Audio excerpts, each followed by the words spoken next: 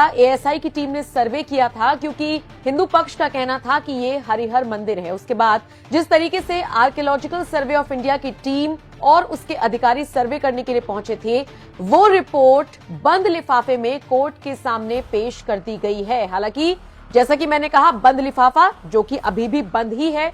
सूत्रों के मुताबिक खबर यह मिल रही है कि सुप्रीम कोर्ट के आदेश के बाद ही इस लिफाफे को खोला जाएगा। तो ऐसे में एएसआई की टीम ने अपने सर्वे की इस रिपोर्ट में क्या कुछ कहा है, ये पुख्ता तौर पर आपको जानकारी देना थोड़ा सा मुश्किल होगा, लेकिन सूत्रों के हवाले से यह खबर मिल रही है कि बहुत सारे ऐसे साक्ष्य मिले हैं और इस रिपोर्ट में उन साक्ष्यों का दावा किया गया है जो इस मस्जिद के हरिहर मंदिर होने का दम भरते हैं और कहीं ना कहीं सबूत देते हैं। जैसे कि इस मस्जिद के जो पूरा परिसर है उसमें 2 वट वृक्ष मिले हैं।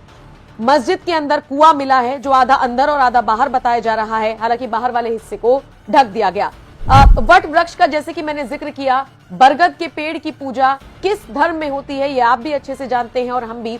ऐसे में फिलहाल पुख्ता तौर पर यह कहना कि यही साक्ष्य मिले हैं थोड़ा सा जल्दबाजी होगी, लेकिन मीडिया रिपोर्ट्स की माने तो इस रिपोर्ट में ये सारी चीजें कही गई हैं कि वहां पर कुआं भी था, 2 वट वृक्ष हैं। इसके अलावा गुंबद के हिस्से को प्लेन कर दिया गया है, पुराने ढांचे को बदलने के सबूत मिले हैं, उस जगह पर नया कंस्ट्रक्शन हुआ है इसके सबूत मिले हैं, मंदिर के शेप वाले स्ट्रक्चर पर प्लास्टर लगाकर पेंट कर दिया गया इसके सबूत मिले हैं। मस्जिद में अंदर जहां बड़ा सा गुंबद है उस पर झूमर को तार से बांधकर एक चेन से लटकाया गया है और ऐसी चेन का इस्तेमाल कहीं और नहीं बल्कि मंदिर के घंटों में किया जाता है।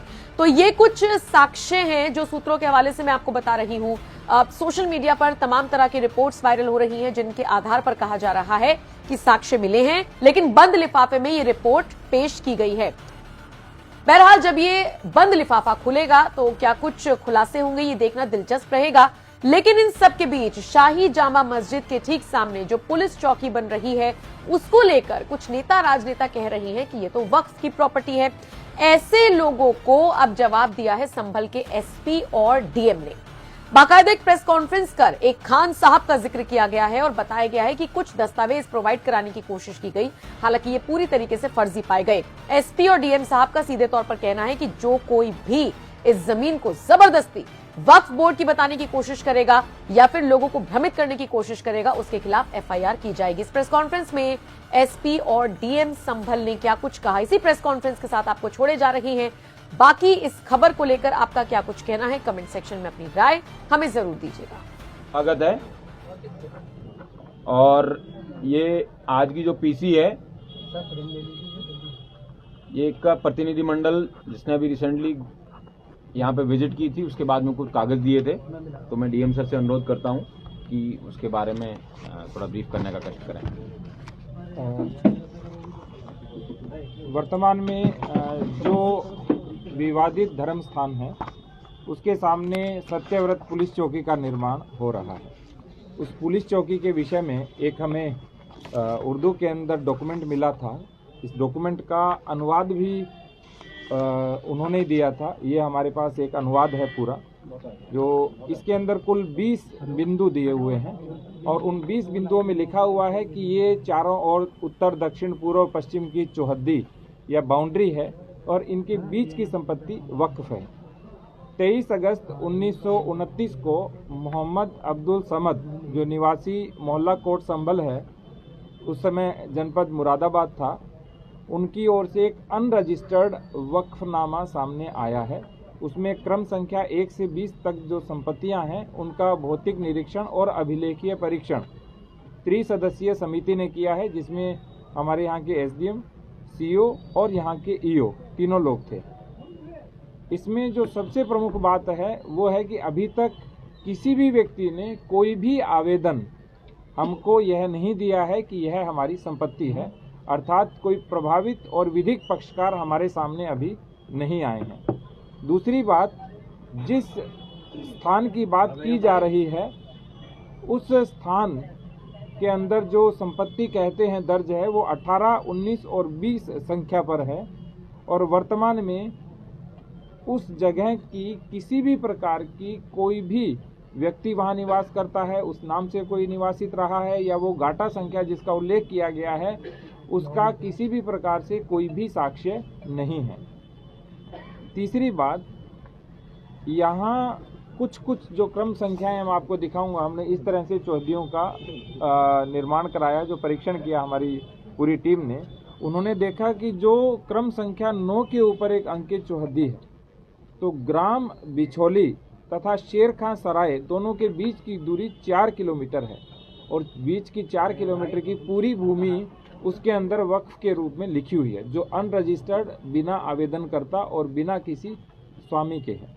दूसरा, कोई भी भूमि जब वक्फ की जाती है तो उसमें स्वामित्व का उल्लेख अवश्य होता है, इसमें किसी प्रकार के कोई भी स्वामित्व का उल्लेख नहीं है।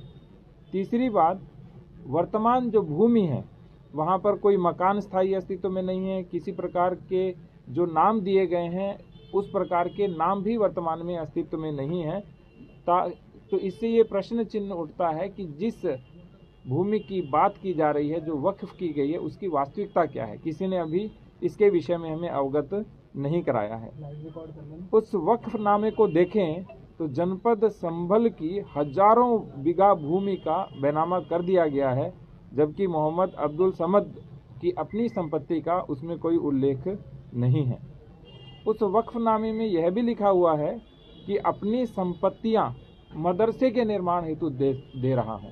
तो क्या कोई व्यक्ति हजारों बीघा भूमि मदरसे के निर्माण हेतु दे रहे हैं?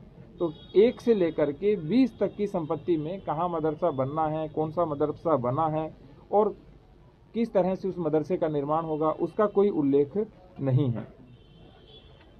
इसके बाद जो नगर पालिका के आसपास का क्षेत्र जितना भी है हमारा, जिसमें सारे सरकारी स्थान हैं, जिसमें तहसील है, पुलिस थाना है, पुलिस चौकियां हैं, डाकघर है और जो विवादित धर्मस्थल है, श्री कल्की मंदिर है, वो भी उन चौहद्दियों के बीच में ही आता है। तो जो अनरजिस्टर्ड, अनवेरीफाइड जो बैनामा है और जो 50 रुपये के स्टाम्प के ऊपर दिया गया है, तो उसके अंदर सारी संपत्तियां भी एक तरह से वक्फ के रूप में लिखी हुई हैं। मान लीजिए कि किसी ने वक्फ किया भी होगा, मान लेते हैं, हालांकि वो अनरजिस्टर्ड है, कोई प्रमाणित नहीं है, तो भी जो वक्फ अधिनियम है 1995, उसकी धारा 56 कहती है कि कोई भी वक्फ संपत्ति का विक्रय नहीं हो सकता है।